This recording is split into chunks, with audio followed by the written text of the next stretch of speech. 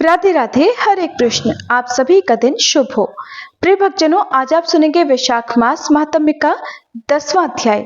आज दिनांक है 12 अप्रैल और दिन है रविवार। और आज वैशाख मास के कृष्ण पक्ष की दशमी तिथि है, जो कि कल शनिवार की देर रात 12:38 से प्रारंभ हुई है और दशमी तिथि का समापन होगा आज देर रात 1:17 पर। ब्रह्म मुहूर्त सुबह 4:35 से 5:23 तक रहेगा।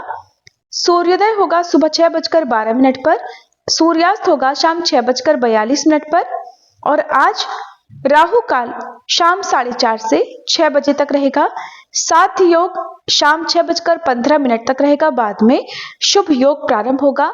श्रवण और धनिष्ठा नक्षत्र का शुभ संयोग भी आज के दिन बन रहा है। अब से पहले की सभी कथाओं को सुनने के लिए और लाइक और कमेंट करने के लिए आप सबका बहुत बहुत धन्यवाद।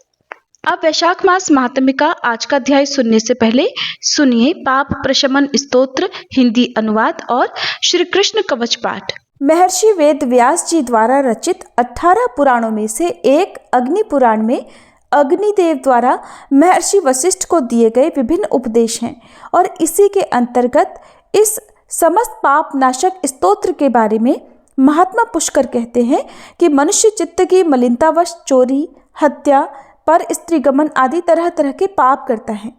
पर जब चित्त कुछ शुद्ध होता है तब उसे इन पापों से मुक्ति की इच्छा होती है। उस समय भगवान नारायण की दिव्य स्तुति करने से समस्त पापों का प्रायश्चित पूर्ण हो जाता है। इसलिए इस दिव्य स्तोत्र का नाम समस्त पाप नाशक स्तोत्र है। महात्मा पुष्कर कहते हैं, सर्वव्यापी श्री विष्णु को सदा नमस्कार है, श्री हरि विष्णु को नमस्कार है। मैं अपने चित्त में स्थित सर्वव्यापी अहंकार शून्य श्री हरि को नमस्कार करता हूँ। मैं अपने मानस में विराजमान अव्यक्त, अनंत और अपराजित परमेश्वर को नमस्कार करता हूँ। सबके पूजनीय, जन्म और मरण से रहित, प्रभावशाली श्री विष्णु को नमस्कार है। श्री विष्णु मेरे चित्त में निवास करते हैं। श्री विष्णु मेरी बुद्धि में विराजमान है। श्री विष्णु मेरे अहंकार में प्रतिष्ठित हैं और श्री विष्णु मुझ में भी स्थित हैं। वे श्री विष्णु ही चराचर प्राणियों के कर्मों के रूप में स्थित हैं। उनके चिंतन से मेरे पाप का विनाश हो। जो ध्यान करने पर पापों का हरण करते हैं और भावना करने से स्वप्न में दर्शन देते हैं। इंद्र के अनुज शरणागतों का दुख दूर करने वाले उन पापापहारी श्री विष्णु को मैं नमस्कार करता हूँ। मैं इस निराधार जगत में अज्ञानांधकार में डूबते हुए को हाथ का सहारा देने वाले परात्पर स्वरूप श्री विष्णु के सम्मुख प्रणत होता हूँ। सर्वेश्वर प्रभु, कमल नयन परमात्मन ऋषिकेश, आपको नमस्कार है। इंद्रियों के स्वामी श्री विष्णु, आपको नमस्कार है। हे नरसिंह, अनंत स्वरूप गोविंद, समस्त भूत प्राणियों की सृष्टि करने वाले केशव, मेरे द्वारा जो दुर्वचन कहा गया हो अथवा पाप पूर्ण चिंतन किया गया हो, मेरे उस पाप का प्रशमन कीजिए, आपको नमस्कार है।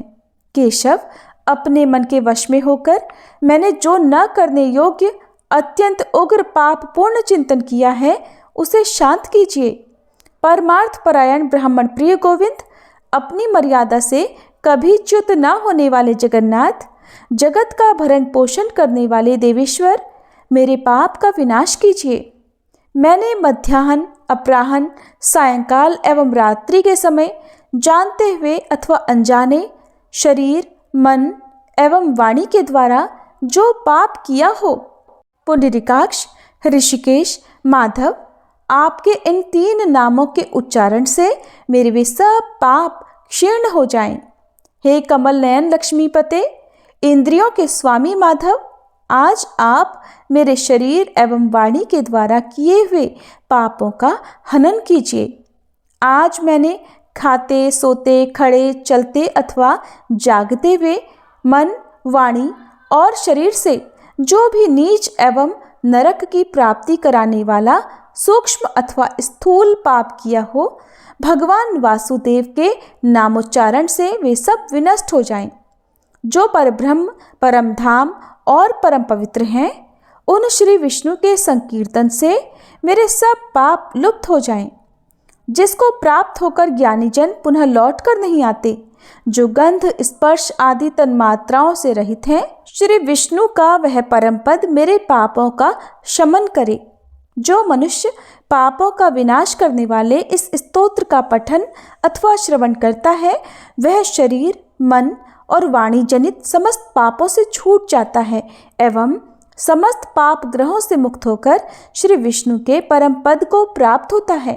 इसलिए किसी भी पाप के हो जाने पर इस स्तोत्र का जप करें। यह स्तोत्र पाप समूहों के प्रायश्चित के समान है। कृच्छ्र आदि व्रत करने वालों के लिए भी यह श्रेष्ठ है। स्तोत्र, जप और व्रत रूप प्रायश्चित से संपूर्ण पाप नष्ट हो जाते हैं। इसलिए भोग और मोक्ष की सिद्धि के लिए इनका अनुष्ठान करना चाहिए। इस प्रकार जो भी सच्ची श्रद्धा और निष्ठा रखकर पाप नाशन स्तोत्र का पाठ या श्रवण करता है, उसके सभी संचित पापों का नाश हो जाता है। अब सुनिए श्री कृष्ण कवच पाठ हिंदी में। देवर्षि नारद जी ने भगवान नारायण से पूछा, भगवान, अब मेरी ये सुनने की इच्छा है कि भगवान शंकर ने दयावश परशुराम को कौन सा मंत्र और कौन सा स्तोत्र और कवच दिया था? उस मंत्र के आराध्य देवता कौन है? कवच धारण करने का क्या फल है तथा स्तोत्र पाठ से किस फल की प्राप्ति होती है? वह सब कुछ आप कृपा करके बतलाइए।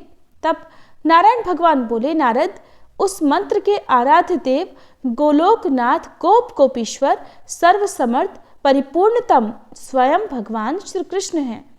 शंकर जी ने रत्न पर्वत के निकट स्वयं प्रभा नदी के तट पर पारिजात वन के मध्य स्थित आश्रम में लोकों के देवता माधव के समक्ष परशुराम को त्रैलोक्य विजय नामक परम अद्भुत कवच विभूति योग से संभूत महान पुण्यमय स्वतराज नाम वाला स्तोत्र और संपूर्ण कामनाओं का फल प्रदान करने वाला मंत्र कल्पतरु नामक मंत्र प्रदान किया था। महादेव जी ने कहा, भृगुवंशी महाभागवत्स, तुम प्रेम के कारण मुझे पुत्र से भी अधिक प्रिय हो, अतः आओ कवच ग्रहण करो। हे राम, जो ब्रह्मांड में परम अद्भुत तथा विजयप्रद है, श्री कृष्ण के उस त्रैलोक्य विजय नामक कवच का मैं वर्णन करता हूँ, सुनो। पूर्व काल में श्री कृष्ण ने गोलोक में स्थित वृंदावन नामक वन में राधिकाश्रम में रासमंडल के मध्य ये कवच मुझे दिया था।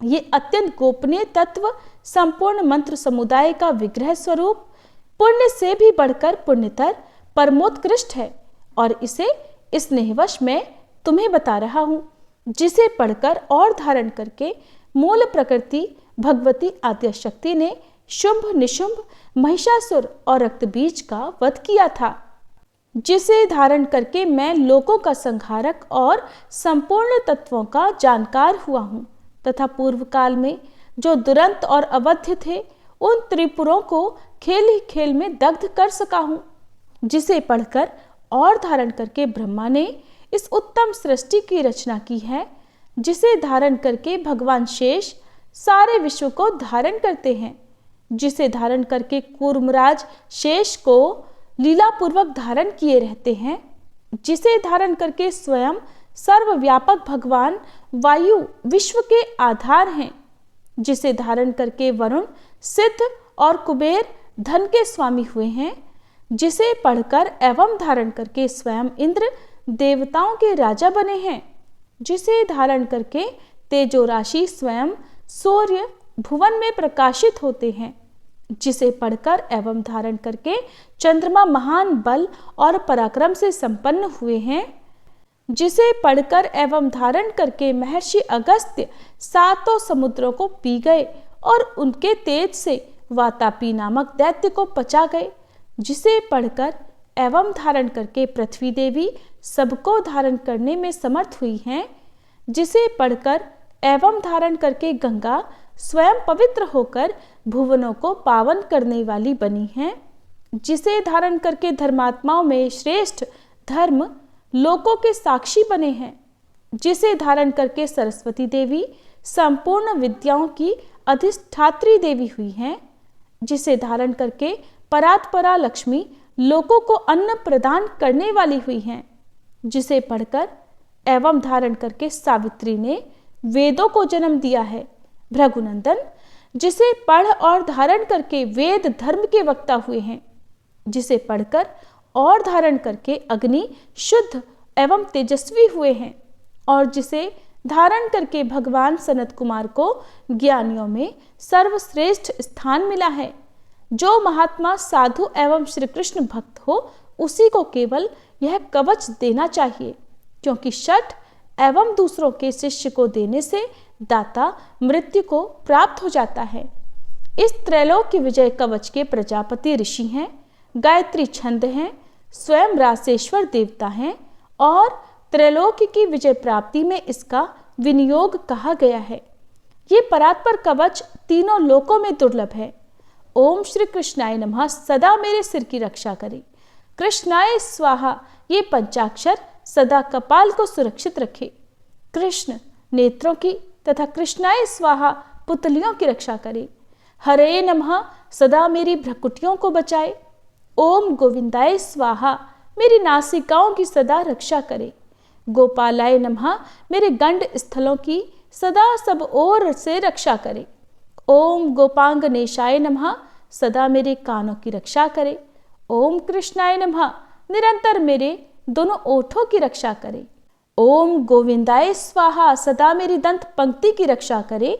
ओम कृष्णाय नमः दांतों के छिद्रों की तथा क्लिंग दांतों के ऊर्ध्व भाग की रक्षा करे। ओम श्री कृष्णाय स्वाहा सदा मेरी जिह्वा की रक्षा करे। रासेश्वराय स्वाहा सदा मेरे तालु की रक्षा करे। राधिकेशाय स्वाहा सदा मेरे कंठ की रक्षा करे। गोपांगनेशाय नमः सदा मेरे वक्ष स्थल की रक्षा करे। ओम गोपेशाय स्वाहा सदा मेरे कंधों की रक्षा करे। नमः किशोर वेशाय स्वाहा सदा मेरे पृष्ठ भाग की रक्षा करे। मुकुंदाय नमः सदा मेरे उदर की तथा ओम ह्रीं क्लीं कृष्णाय स्वाहा सदा मेरे हाथ पैरों की रक्षा करे। ओम विष्णवे नमः सदा मेरे दोनों भुजाओं की रक्षा करे। ओम ह्रीं भगवते स्वाहा सदा मेरे नखों की रक्षा करे। ओम नमो नारायणाय सदा नख छिद्रों की रक्षा करे। ओम ह्रीं ह्रीं पद्मनाभाय नमः सदा मेरी नाभि की रक्षा करे। ओम सर्वेशाय स्वाहा सदा मेरे कंकाल की रक्षा करे। ओम गोपी रमणाय स्वाहा सदा मेरे नितंब की रक्षा करे। ओम गोपी रमण नाथाय स्वाहा सदा मेरे पैरों की रक्षा करे। ओम ह्रीं श्रीं रसिकेशाय स्वाहा सदा मेरे सर्वांगों की रक्षा करे। ओम केशवाय स्वाहा सदा मेरे केशों की रक्षा करे। नमः कृष्णाय स्वाहा सदा मेरे ब्रह्मरंध्र की रक्षा करे। ओम माधवाय स्वाहा सदा मेरे रोमों की रक्षा करे। ओम ह्रीं श्रीं रसिकेशाय स्वाहा मेरे सर्वस्व की सदा रक्षा करे। परिपूर्णतम श्री कृष्ण पूर्व दिशा में सर्वदा मेरी रक्षा करे। स्वयं गोलोकनाथ अग्निकोण में मेरी रक्षा करे। पूर्ण ब्रह्म स्वरूप दक्षिण दिशा में सदा मेरी रक्षा करे। श्री कृष्ण नैऋत्य कोण में मेरी रक्षा करे। श्री हरि पश्चिम दिशा में मेरी रक्षा करे। गोविंद वायव्य कोण में नित्य निरंतर मेरी रक्षा करे। रसिक शिरोमणि उत्तर दिशा में सदा मेरी रक्षा करे।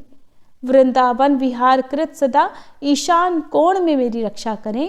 वृंदावनी के प्राणनाथ ऊर्ध्व भाग में मेरी रक्षा करें। महाबली बलिहारी माधव सदैव मेरी रक्षा करें। नृसिंह जल स्थल तथा अंतरिक्ष में सदा मुझे सुरक्षित रखें। माधव सोते समय तथा जागृत काल में सदा मेरा पालन करें तथा जो सबके अंतरात्मा निर्लेप और सर्वव्यापक हैं, वे भगवान सब ओर से मेरी रक्षा करें। वत्स, इस प्रकार मैंने त्रैलोक्य विजय नामक कवच, जो परम अनोखा तथा समस्त मंत्र समुदाय का मूर्तमान स्वरूप है, तुम्हें बतला दिया। मैंने इसे श्री कृष्ण के मुख से श्रवण किया था। इसे जिस किसी को नहीं बतलाना चाहिए, जो विधि पूर्वक गुरु का पूजन करके इस कवच को गले में अथवा दाहिनी भुजा पर धारण करता है, वह भी विष्णु तुल्य हो जाता है, इसमें संशय नहीं है। वह भक्त जहाँ जाता है, जहाँ रहता है, वहाँ लक्ष्मी और सरस्वती भी निवास करती हैं। यदि उसे कवच सिद्ध हो जाता है तो वह जीवन मुक्त हो जाता है और उसे करोड़ों वर्षों की पूजा का फल प्राप्त हो जाता है। हजारों राजसूय, सैकड़ों वाजपेय, 10,000 अश्वमेध, संपूर्ण महादान तथा पृथ्वी की प्रदक्षिणा, ये सभी इस त्रैलोक्य विजय की 16वीं कला की भी समानता नहीं कर सकते। व्रत उपवास का नियम, स्वाध्याय, अध्ययन, तपस्या और समस्त तीर्थों में स्नान, ये सभी इसकी एक कला को भी नहीं पा सकते। यदि मनुष्य इस कवच को सिद्ध कर ले तो निश्चय ही उसे सिद्धि, अमरता और श्री हरि की दास्ता आदि सब कुछ मिल जाता है। जो इसका 10 लाख जप करता है उसे यह कवच सिद्ध हो जाता है, और जो सिद्ध कवच होता है वह निश्चय ही सर्वज्ञ हो जाता है। परंतु जो इस कवच को जाने बिना श्री कृष्ण का भजन करता है उसकी बुद्धि अत्यंत मंद है। उसे करोड़ों कल्पों तक जप करने पर भी मंत्र सिद्धिदायक नहीं होता। वत्स, इस कवच को धारण करके तुम आनंद पूर्वक निःशंक होकर अनायास ही 21 बार पृथ्वी को क्षत्रियों से शून्य कर डालो।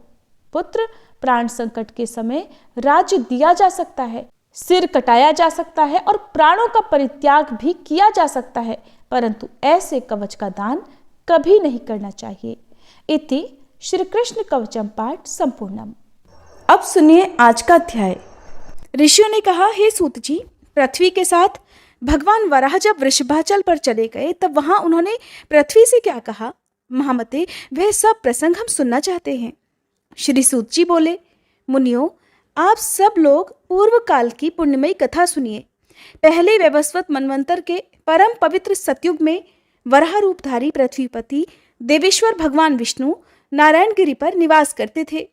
उस समय पृथ्वी देवी अपनी सखियों के साथ उनकी सेवा में उपस्थित हुई और उनके चरणों में प्रणाम करके उन्होंने भगवान के सामने ये प्रश्न किया कि हे देवेश, आप किस मंत्र से आराधना करने पर प्रसन्न होंगे? जो मंत्र आपको सदा ही प्रिय है और नियम पूर्वक रहने वाले मनुष्यों को आपके परम धाम की प्राप्ति करा देता है, कृपया उसका उपदेश मुझे दीजिए। भूदेवी के इस प्रकार प्रश्न करने पर भगवान वराह ने प्रेम से मुस्कुराते हुए कहा, देवी सुनो, यह परम गोपनीय मंत्र है। इसे कभी भी अनाधिकारी के सामने नहीं बताना चाहिए। जो सेवा करने वाला भक्त तथा मन और इंद्रियों को वश में रखने वाला है, केवल उसी को इस मंत्र का उपदेश करना चाहिए। ये मंत्र इस प्रकार है, ओम नमः श्री वराहाय धरण युद्धारणाय स्वाहा। मुमुक्षु पुरुषों को इस मंत्र का सदैव ही जप करना चाहिए। भूदेवी, यह मंत्र सभी सिद्धियों को देने वाला है। इस मंत्र के संकर्षण ऋषि हैं और मैं ही देवता कहा गया हूँ। इसका छंद पंक्ति है, श्री बीज है। सदगुरु से इस मंत्र की दीक्षा लेकर इसका 4 लाख जप करना चाहिए और घी तथा शहद मिलाए हुए खीर से हवन करना चाहिए। अब मैं अपने स्वरूप का ध्यान बतला रहा हूँ जो अंतःकरण को शुद्ध करने वाला है। हे समुद्र वसने, मेरे अंगों की कांति शुद्ध स्फटिक गिरी के समान श्वेत है। खिले हुए लाल कमल दलों के समान सुंदर नेत्र हैं। वराह के समान मुख है। स्वरूप सौम्य है। 4 भुजाएं हैं। मस्तक पर किरीट शोभा पाता है। वक्ष स्थल में श्री वत्स का चिन्ह है। हाथों में चक्र, शंख, अभयदायिनी मुद्रा और कमल सुशोभित हैं। मेरी बाईं जांघ पर तुम बैठी हो। मैंने लाल पीले वस्त्र पहनकर लाल रंग के ही आभूषणों से अपने आप को विभूषित किया हुआ है। श्री कच्छप के पृष्ठ के मध्य भाग में शेषनाग की मूर्ति है।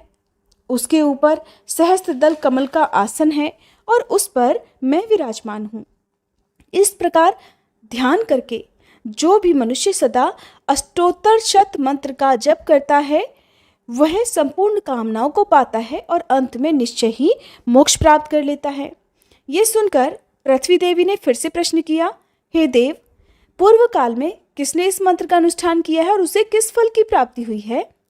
तब भगवान वराह कहने लगे, देवी, पहले कृतयुग में धर्म नामक महात्मा मनु ने ब्रह्मा जी से इस मंत्र को प्राप्त किया और इसी पर्वत पर उसका जप करके मेरा प्रत्यक्ष दर्शन पाया। फिर मुझसे अभीष्ट वरदान प्राप्त करके वे मेरे पद को ही प्राप्त हो गए। पूर्व काल में इंद्र दुर्वासा के शाप से स्वर्ग भ्रष्ट हो गए थे। उस समय इसी मंत्र से यही मेरी आराधना करके उन्होंने पुनः स्वर्ग राज्य प्राप्त कर लिया। भूदेवी, अन्य मुनियों ने भी इस मंत्र का जप करके परम गति प्राप्त की है। सर्पों के स्वामी अनंत ने कश्यप जी से इस मंत्र को पाकर श्वेत द्वीप में इसका जप किया और उसी से अद्भुत शक्ति पाकर वे पृथ्वी को धारण करने में समर्थ हुए हैं। इसलिए पृथ्वी की अभिलाषा रखने वाले मनुष्यों को इस लोक में सदा ही इस मंत्र का जप करना चाहिए। भगवान वराह कहते हैं, महादेवी पृथ्वी, मैं तुम्हें एक पवित्र इतिहास सुनाता हूँ, सुनो। वैवस्वत मनवंतर के आदि सतयुग में वायु देवता का बड़ा भारी तप देखकर लक्ष्मी निवास भगवान श्री विष्णु, श्री देवी और भूदेवी के साथ स्वामी पुष्करणी के तट पर आए। इसके दक्षिण तट पर परम पवित्र आनंद नामक विमान में वे श्री लक्ष्मीकांत श्री विष्णु सदा वायु देवता का प्रे करते हुए निवास किया करते थे। तभी से कार्तिकेय जी द्वारा निरंतर पूजित होकर भगवान ऋषिकेश इस विमान पर अदृश्य भाव से रहते हैं और आगे भी रहेंगे। पृथ्वी ने कहा, मनुष्यों की दृष्टि में न आने वाले भगवान विष्णु किस प्रकार उन्हें यहाँ प्रत्यक्ष दिखाई देंगे, ये भी बताइए। तब भगवान वराह कहने लगे, देवी, महर्षि अगस्त्य ने इस पर्वत पर आकर सनातन देव भगवान विष्णु का दर्शन किया और 12 वर्षों तक कठिन आराधना करके उन्हें बारंबार प्रसन्न किया। इसके बाद भगवान से ये याचना की कि प्रभु, आप सदा यहाँ निवास करें और सभी लोगों को आपका प्रत्यक्ष दर्शन होता रहे। उनके ऐसा कहने पर श्री भूदेवियों के साथ भगवान विष्णु इस प्रकार बोले कि देवर्षि, मैं तुम्हारे संतोष के लिए यहाँ समस्त देहधारियों को प्रत्यक्ष दर्शन देता हुआ निवास करूंगा, परंतु यह विमान कभी किसी को दिखाई नहीं देगा। भगवान का ये वचन सुनकर अगस्त मुनि प्रसन्न होकर अपने आश्रम को चले गए।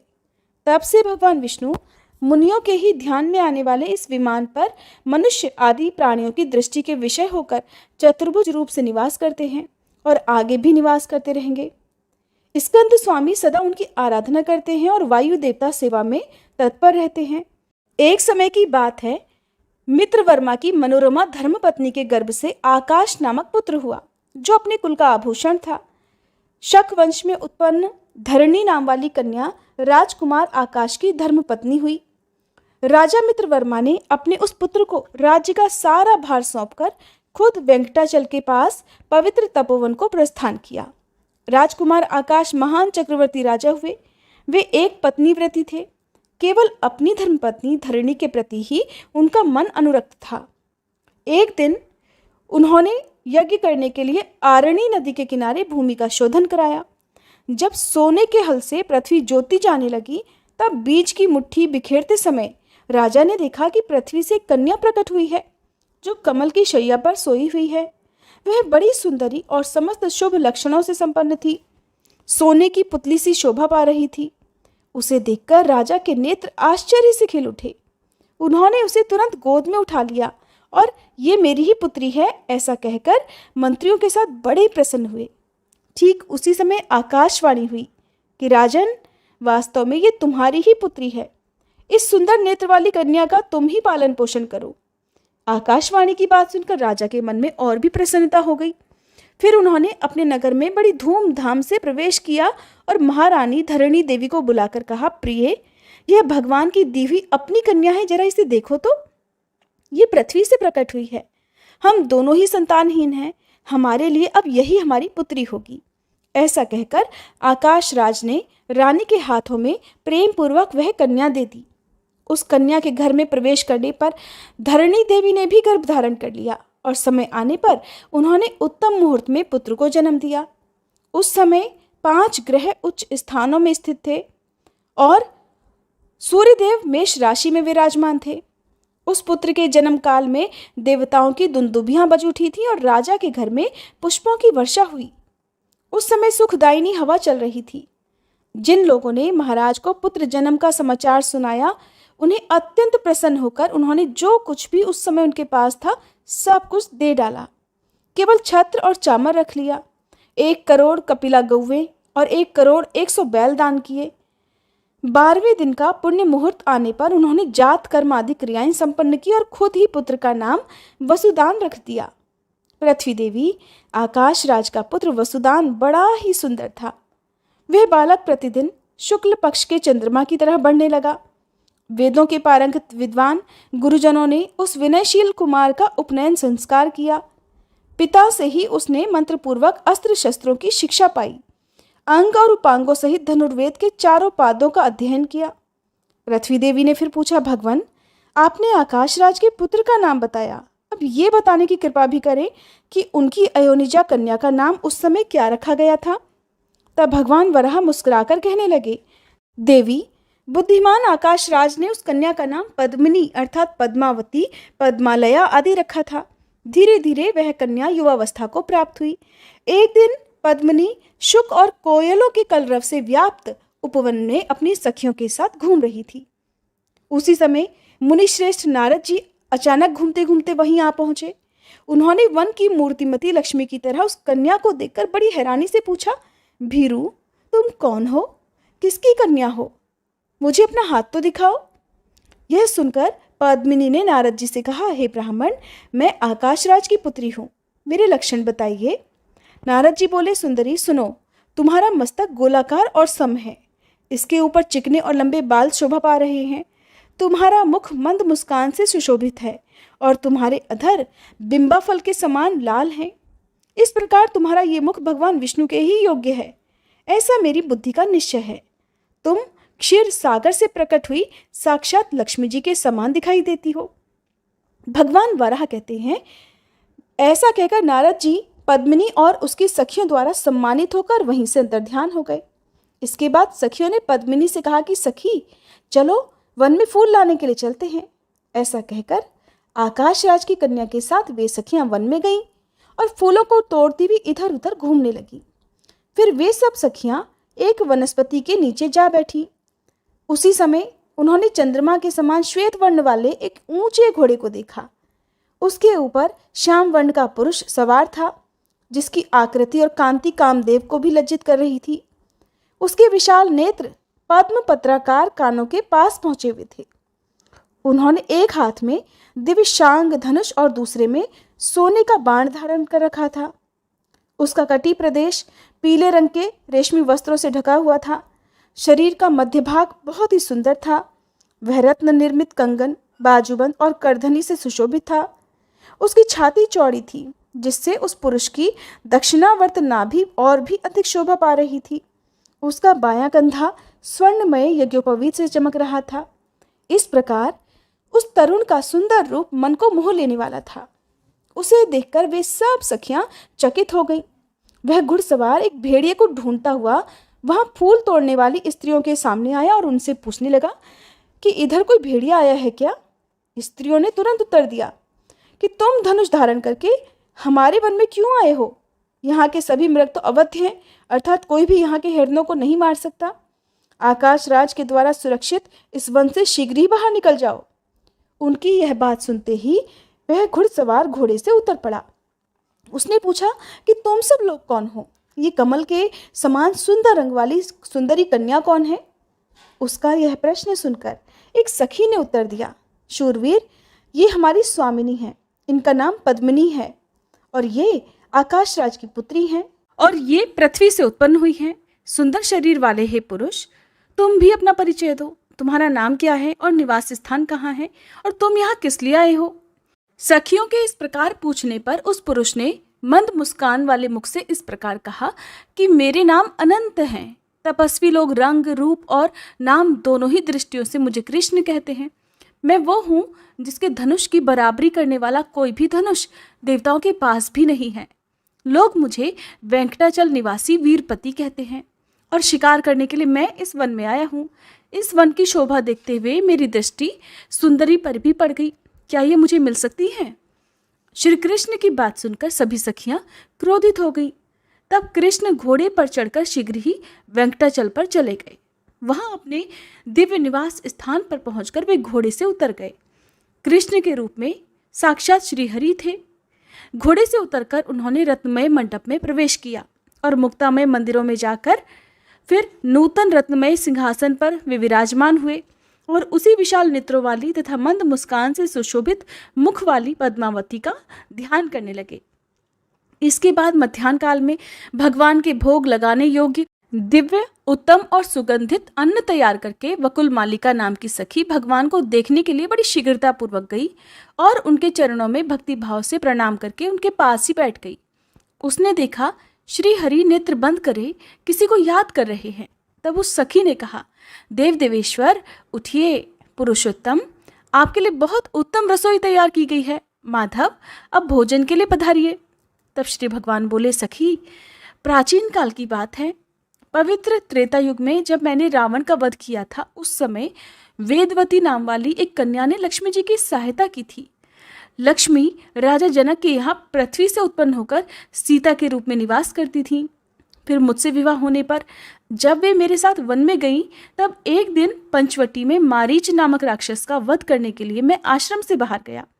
मेरा छोटा भाई लक्ष्मण भी सीता जी के कहने से ही मेरे पीछे पीछे आ गया। इसके बाद राक्षस राज रावण सीता को हरकर ले जाने के लिए मेरे आश्रम के पास आया। उस समय मेरे अग्निहोत्र गृह में विद्यमान अग्निदेव रावण की वैसी चेष्टा जानकर सीता जी को साथ लेकर पाताल में चले गए और अपनी पत्नी स्वाहा की देखरेख में सीता जी को सौंप कर लौट आए। पूर्व काल में कल्याणमयी वेदवती को एक बार उसी राक्षस ने स्पर्श कर लिया था, जिससे दुखी होकर उसने जलती हुई अग्नि में अपने शरीर को त्याग दिया। उस समय उसी वेदवती को रावण का संहार करने के उद्देश्य से अग्निदेव ने सीता के समान रूप वाली बना दिया और मेरी पर्णकुटी में सीता जी के स्थान पर उसे लाकर छोड़ दिया। रावण ने उसी का अपहरण करके लंका में ला बिठाया। इसके बाद रावण के मारे जाने पर अग्नि परीक्षा के समय उसी वेदवती ने अग्नि में प्रवेश किया। उस समय अग्निदेव ने स्वाहा के समीप सुरक्षित जनक नंदिनी सीता रूपा लक्ष्मी जी को लाकर पुनः मेरे हाथ में दिया और इस प्रकार कहा कि देव, यह वेदवती सीता का परम प्रिय करने वाली है, इसलिए आप इसे वरदान देकर प्रसन्न करें। अग्नि की यह बात सुनकर कल्याणमयी सीता जी ने भी मुझसे कहा कि प्रभु, ये वेदवती सदा मेरा प्रिय कार्य करने वाली है, ये उच्च कोटि की भगवत भक्त है, इसलिए आप स्वयं ही इसे अंगीकार करें। तब मैंने कहा कि देवी, मैं कलयुग में तुम्हारे कहे अनुसार ही कार्य करूंगा, तब तक ये देवताओं से पूजित होकर ब्रह्मलोक में निवास करे। इसके बाद पृथ्वी से उत्पन्न होकर ये आकाशराज की पुत्री होगी। सखी, इस प्रकार मैंने और लक्ष्मी जी ने पूर्व काल में जिसे वरदान दिया था, वह सुंदरी इस समय नारायणपुर में पृथ्वी से प्रकट हुई है। वह लक्ष्मी के समान ही सद्गुणवती है, उसके नेत्र कमल के समान परम सुंदर हैं। और आज जब मैं शिकार खेलने गया हुआ था, तब वह मेरे देखने में आई थी। वो अपने ही समान सुंदरी सखियों के साथ वन में फूल तोड़ रही थी। हे वकुल मालिके, तुम वहां जाकर उस कन्या को देखो और ये जान लो कि वह अपने अनुपम रूप और लावण्य से इस प्रशंसा के लायक है भी या नहीं। तब वकुल मालिका सखी देवाधिदेव भगवान को प्रणाम करके गुंजा के दाने के समान लाल रंग वाले घोड़े पर सवार हुई और उनके बताए हुए मार्ग से चल दी। रास्ते में अनेक प्रकार के हिरणों, पक्षियों और वृक्ष लताओं को देखती हुई और बार बार प्रसन्न होती हुई वह आरणी नदी के पश्चिम तट पर जा पहुंची। फिर वहां पर जाकर उसने जो कुछ देखा और उसके बाद जो कुछ भी हुआ, उसका वृतांत आप सभी अगले अध्याय में सुनिएगा। अब सुनिए श्री तुलसी चालीसा पाठ और तुलसी माता की आरती। जय जय तुलसी भगवती सत्यवती सुखदानी, नमो नमो हरिप्रेसी श्री वृंदा गुणखानी, श्री हरिशीष विरजनी देहु अमर वर अम्ब, जनहित हे वृंदावनी अब न करहु विलंब। धन्य धन्य श्री तुलसी माता, महिमा अगम सदा श्रुति गाता, हरि के प्राण हूँ से तुम प्यारी, हरहि हेतु कीन्हो तप भारी। जब प्रसन्न है दर्शन दीन्हो, तब कर जोरी विनय उस कीन्हो। हे भगवंत कंत मम होहु, दीन जानि जन छाड़हु छोहु। सुनी लक्ष्मी तुलसी की बानी, दीन हो श्राप कद पर आनी। उस अयोग्य वर मांगन हारी, होहु विटप तुम जड़ तनुधारी। सुनि तुलसी ही श्रप्यो देहि ठामा, करहु वास तुहु नीचन धामा। दियो वचन हरि तब तत्काला, सुनहु सुमुखी जनि होहु विहाला। समय पाई व्यवहारो पाति तोरा, पूजहि आस वचन सत मोरा। तब गोकुल मह गोप सुदामा, तासु भई तुलसी तू बामा। कृष्ण रास लीला के माही, राधे शक्य प्रेम लखी नाही। दियो श्राप तुलसी तत्काला, नरलोक ही तुम जन्महु बाला। योगोप वह दानव राजा, शंख चूर्ण नामक शिर ताजा। तुलसी भई तासु की नारी, परम सती गुण रूप अगारी। अस द्वै कल्प बीत जब गयऊ, कल्प तृतीय जन्म तब भयऊ। वृंदा नाम भयो तुलसी को, असुर जलंधर नाम पति को। कर अति द्वंद अतुल बल धामा, कीन्हा शंकर से संग्रामा। जब निज सैन्य सहित शिव हारे, मरहि न तब हर हर ही पुकारे। पतिव्रता वृंदा थी नारी, को न सके पति संहारी। तब जलंधर ही वेश बनाई, वृंदा ढिग हरि पहुँच्यो जाई। शिव हित लही करी कपट प्रसंगा, कियो सतित्व धर्म तो ही भंगा। भयो जलंधर कर संगहारा, सुनी उर शोक अपारा। तिहि क्षण दियो कपट हरि टारी, लखी वृंदा दुख गिरा उचारी। जलंधर जस हत्यो अभीता, सोई रावण तस हर ही सीता। अस प्रस्तर सम हृदय तुम्हारा, धर्म खंडी मम पति ही संगहारा। यही कारण लही श्राप हमारा, होवे तनु पाषाण तुम्हारा। सुनि हरि तुरत ही वचन उचारे, दियो श्राप बिना विचारे। लख्यो ना निज करतूत पति को, छलन चाहियो जब पार्वती को। जड़मति तुहु अस हो जड़ रूपा, जग में तुलसी विटप अनूपा। धाग्य रूप हम शालीग्रामा, नदी गंड की बीच ललामा। जो तुलसी दल हम ही चढ़ई है, सब सुख भोगी परम पद पई है। बिन तुलसी हरि जलत शरीरा, अतिशय उठत शीश उर पीरा। जो तुलसी दल हरि शीर धारत, सो सहस्त्र घट अमृत डारत। तुलसी हरि मन रंजनिहारी, रोग दोष दुख भंजनिहारी। प्रेम सहित हरि भजन निरंतर, तुलसी राधा में नाही अंतर। व्यंजन हो छपनहु प्रकारा, बिन तुलसी दल ना हरि ही प्यारा। सकल तीरथ तुलसी तरु छाही, लहत मुक्ति जन संशय नाही। कवि सुंदर इक हरि गुण गावत, तुलसी ही निकट सहस गुण पावत। बसत निकट दुर्वासा धामा, जो प्रयास ते पूर्व ललामा। पाठ करहि जो नित नर नारी, हो ही सुख भाषहि त्रिपुरारी। तुलसी चालीसा पढ़ही, तुलसी तरु ग्रह धारी। दीप दान करि पुत्र फल, पावही बंध्यो नारी। सकल दुख दरिद्र हरि, हार है परम प्रसन्न। आशे धन जन लड़ही, ग्रह बसही पूर्णा अत्र। लाही अभिमत फल जगत, मह लाही पूर्ण सब काम। जेई दल अर्पही तुलसी, तह सहस बसही हरि राम। तुलसी महिमा नाम लख, तुलसी सुत सुख राम। मानस 40 रच्यो, जग में तुलसीदास। तुलसी महारानी की जय। श्री हरि विष्णु भगवान की जय।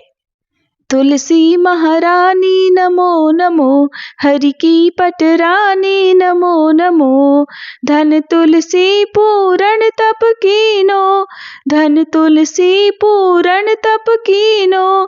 शालिग्राम बनी पटरानी नमो नमो, तुलसी महारानी नमो नमो। जाके पत्र मंजरी कोमल, जाके पत्र मंजरी कोमल।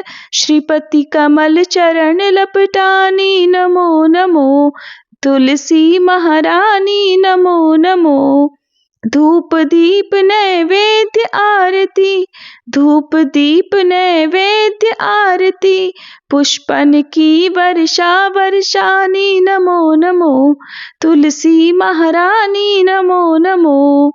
56 भोग 3600 व्यंजन, 56 भोग 3600 व्यंजन, बिन तुलसी हरि एक न मानी नमो नमो।